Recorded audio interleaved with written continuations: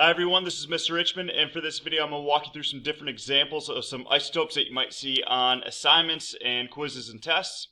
So first let's talk about hydrogen. You know from our previous discussions that the amount of protons is unique to any given element, and hydrogen is really no exception to this rule. Anything that has one proton needs to be hydrogen. Its atomic number is 1. If it doesn't have one proton, it is not hydrogen. However, for an isotope, we can always have the same amount of protons, however, the amount of neutrons will change in the nucleus. So let's look at the definition for what I have as an isotope on your PowerPoint notes, and that's an atom with the same element, so all these are hydrogen, with a different amount of neutrons in the nucleus. And you should also know from our previous discussions that the mass of a proton is also the equivalent of the mass of a neutron. Both those subatomic particles have the mass of 1 AMU. So if I were to count up the total mass, remember we don't really consider electrons as a part of that equation to total mass. However, they do have some, but it's not very significant. So if I were to add up the total mass of this isotope of hydrogen, it just has one proton, so you know it's hydrogen, and it has a mass of 1 AMU. So if I'm reading this element symbol, I have my atomic number on bottom, which I know is a little bit flipped from what you'd see on your periodic table, and the total mass number is up here at the top. So an atomic number of 1, mass number 1, AMU, 1 proton. Now this is another isotope of hydrogen. How do I know it's hydrogen? Well, it has 1 proton, but this hydrogen atom has an additional neutron compared to this one. So its mass now is 1 AMU plus 1 AMU for a total mass of 2. And same thing over here, another isotope of hydrogen. It's definitely hydrogen because it has 1 proton. However, this time it has 2 additional neutrons. So if we were to average all these things together, if we were to take a sample of 1,000 hydrogen atoms, this would be the most occurring one, the most frequently occurring atom of hydrogen that you'd see. And as scientists and chemists, they average all those isotopes together. And that's why if you look at your periodic table, you're never going to see a round whole number. You're always going to see a decimal point. So by averaging all 3 of those isotopes together, that's why we see 1.008 for our atomic mass, or average atomic mass of hydrogen. So I'll give you another analogy. If that's a little bit confusing, that's okay. I do have this analogy. Yes, that is me starring The Sound of Music. And this is an analogy I like to give to all my students. If you're out in a field picking a ton of clovers, maybe 100 or 1,000 clovers, the most frequently occurring clover that you would see would have 3 leaves. Every once in a while you might see a 4-leaf clover, maybe even 5-leaf clover.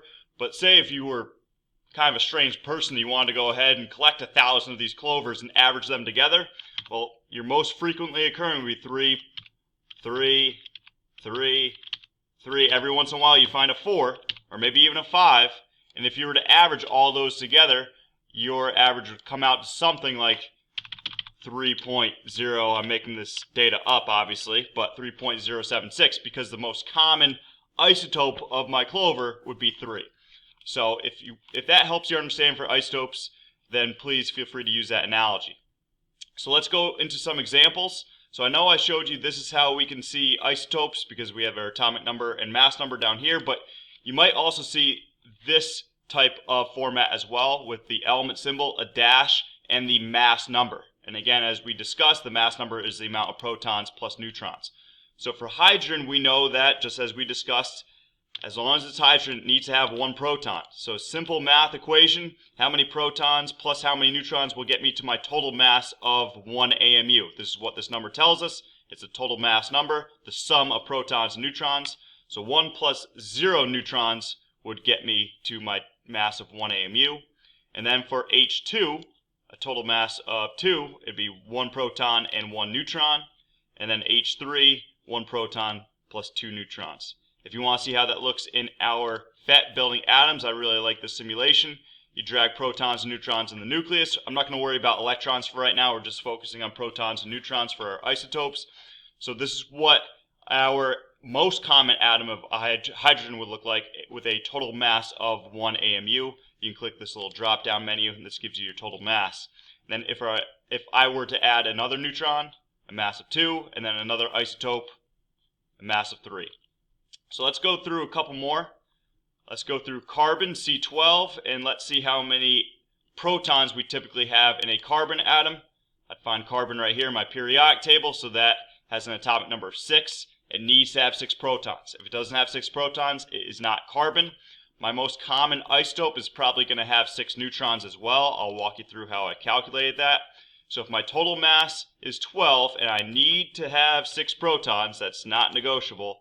6 protons in order for all these 3 to be carbon, plus how many neutrons would get me to my mass of 12 AMU. I would have 6 neutrons, 7 neutrons here, and then finally 6 plus what will get me to my mass number of 14.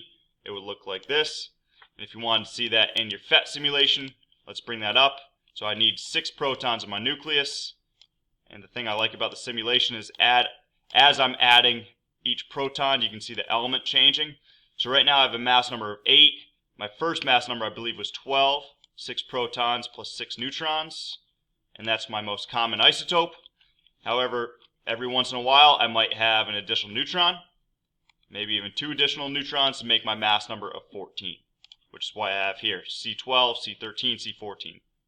Alright, let's do one more. Oxygen. Let's find oxygen on my periodic table. It is right here, atomic number 8, which means that's not negotiable. I must have 8 protons.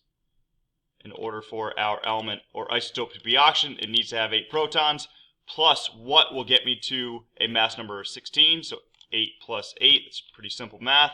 8 plus 9, and 8 plus 10 would be my total for the amount of protons and neutrons to get to these mass numbers. Again, if we wanted to look at this in the Phet simulation, we could do that. If you recall, I want a mass number of 16, 17, and 18. So let's add the amount of protons. I think we had 6 for carbon. Let's get a total of 8 protons for oxygen. My mass number is 16, so that would be O16. 8 protons and 8 neutrons. If I wanted to add an additional neutron to get to O17, and then finally O18.